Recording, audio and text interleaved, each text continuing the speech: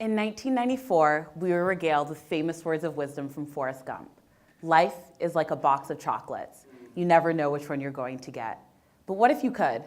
What if, without ever opening the box, you could peek inside, see the chocolates, and decide which one you wanted?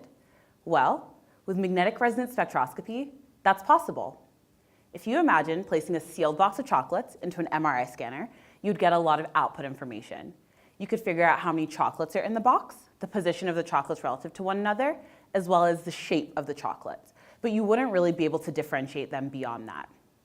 If we place that same box of chocolates into the same scanner, but this time we run a spectroscopy sequence, we would get an output spectra that looks something like this. This spectra holds a wealth of information. For those of us who had the pleasure of taking an introductory organic chemistry class would recall, hydrogens in a molecule respond differently to a magnetic field depending on their chemical environment. So using our background chemistry knowledge, we can analyze the spectra and determine that the peaks seen here are signals from hydrogens in an ethanol molecule. So we would know that the third chocolate from the right on the bottom row is one of those wine-filled chocolates. Now, this is a super expensive and time-consuming way to figure out what chocolates are in a box that we could easily just open. But what about those boxes we can't open? Boxes like the brain. MRS in the brain allows us to observe differences in chemical composition in different areas of the brain in a completely non-invasive manner, somewhat like a virtual biopsy. Using MRS in the brain, we can determine changes in biochemistry that take place as a result of illness or in response to intervention.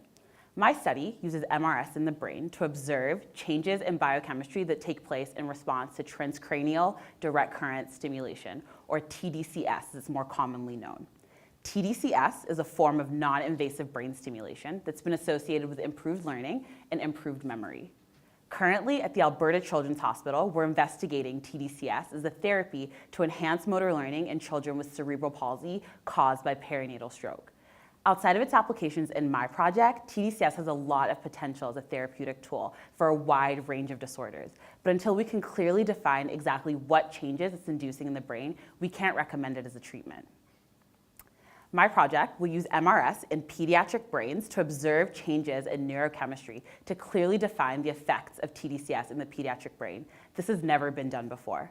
Results from my study will allow us to improve TDCS as a therapeutic tool and also select patients who are more likely to experience positive results from stimulation. We can peek inside the box without ever breaking the seal. Thank you.